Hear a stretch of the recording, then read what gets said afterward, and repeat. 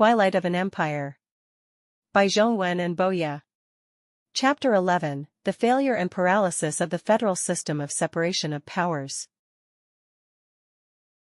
Opening. Dear listeners, today we're going to talk about an institutional crisis. America's system of separated powers is one of the great inventions of human political wisdom. Over 230 years ago, the Founding Fathers, Madison, Hamilton, Jefferson, and others, spent that sweltering summer in Philadelphia carefully crafting a system of checks and balances, trying to use institutional design to prevent any one faction from dominating and to forestall the return of tyranny. This system has withstood countless tests throughout history, but today, many political scientists and historians are sounding the alarm. This finely tuned constitutional machine is failing in ways unprecedented in modern times. 1. The original design, using ambition to counter ambition. In Federalist No. 51, Madison wrote a line that has echoed through the ages: ambition must be made to counteract ambition. His meaning was that relying on the good character of rulers to preserve liberty is unreliable. What is truly reliable is to have different power centers check one another, so that each, in seeking to expand its own power, also serves to constrain the power of the others. On this logic, the Constitution divides federal power into three independent branches: executive power vested in the President, legislative power in Congress, and judicial power in the federal court system, capped by the Supreme Court.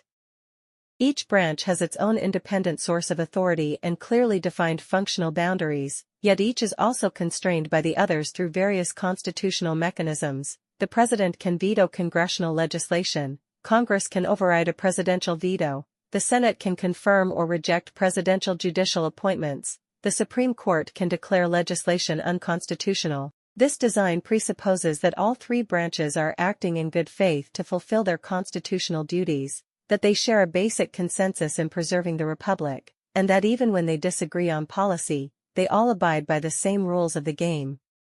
But when that premise begins to erode, Madison's exquisite design can turn into a protracted institutional civil war. 2. Congress, from legislative body to political theater. The functional paralysis of the U.S. Congress is among the most conspicuous institutional crises today. Congress's core duty is legislation, to deliberate, compromise, and vote on matters of national importance, producing binding law. Yet over the past 2 decades, Congress has found it increasingly difficult to perform even this basic function. Government shutdowns have become routine, debt ceiling negotiations have repeatedly devolved into partisan extortion, and nearly every major policy issue, infrastructure, immigration reform, healthcare, has stagnated in bipartisan gridlock. The causes of congressional paralysis are multiple. First is the polarization effect of redistricting. With computer-assisted precision gerrymandering, the vast majority of House districts have become safe seats for one party or the other. Primary voters, who tend to be more extreme, have more influence than general election moderates, so members have strong incentives to cater to their party base rather than to seek cross-party cooperation. Second is the Senate filibuster rule, which requires 60 votes to pass most legislation. With both parties holding roughly 50 seats each, 60 votes is structurally almost impossible to achieve, meaning much legislation is effectively dead on arrival.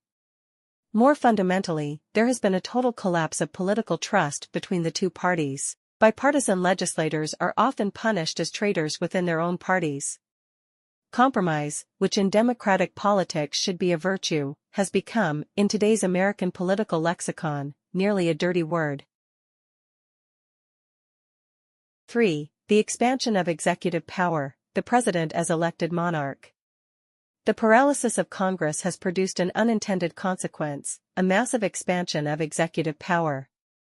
When the legislative branch cannot function, presidents increasingly rely on unilateral executive actions, executive orders, presidential memoranda, and other instruments, to push policy forward. Obama, unable to pass immigration reform through Congress, issued the DACA policy by executive order.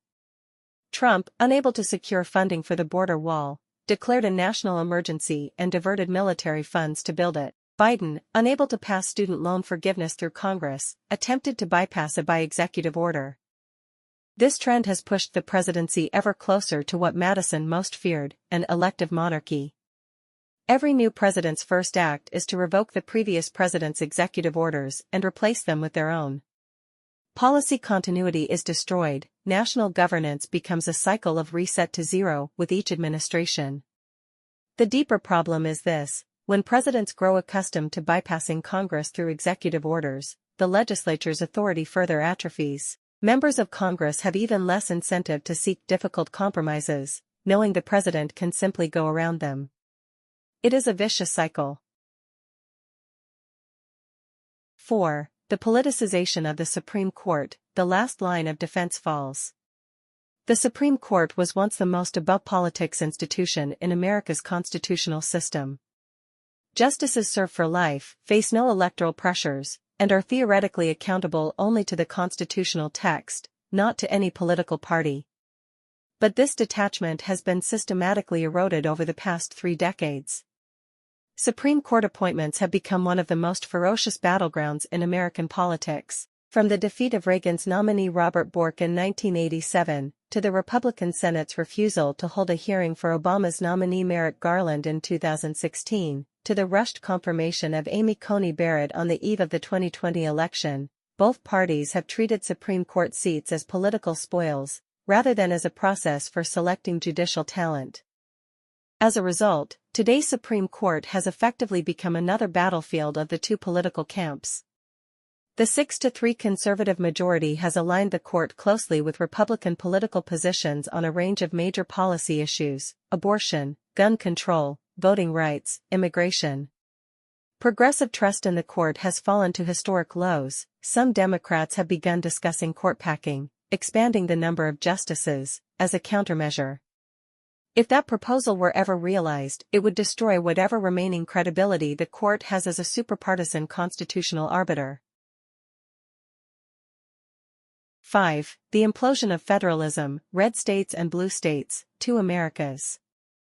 Federalism was another major pillar of American constitutional design, intended to reserve space for policy experimentation at the state level and to prevent excessive concentration of federal power. But today, federalism is operating in a new and troubling way. It has become the institutional foundation of two ideologically opposed parallel Americas.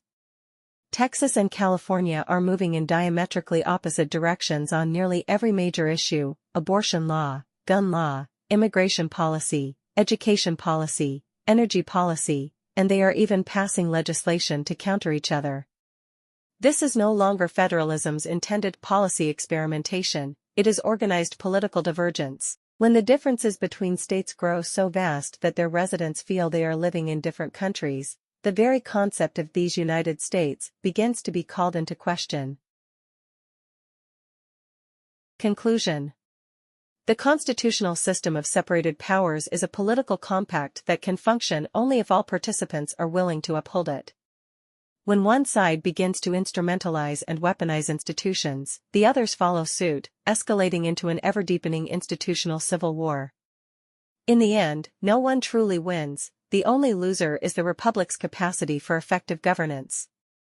Madison's scheme of using ambition to counter ambition presupposed that all participants still possessed basic loyalty to the republic. When that premise is lost, the system cannot repair itself. Thank you for listening.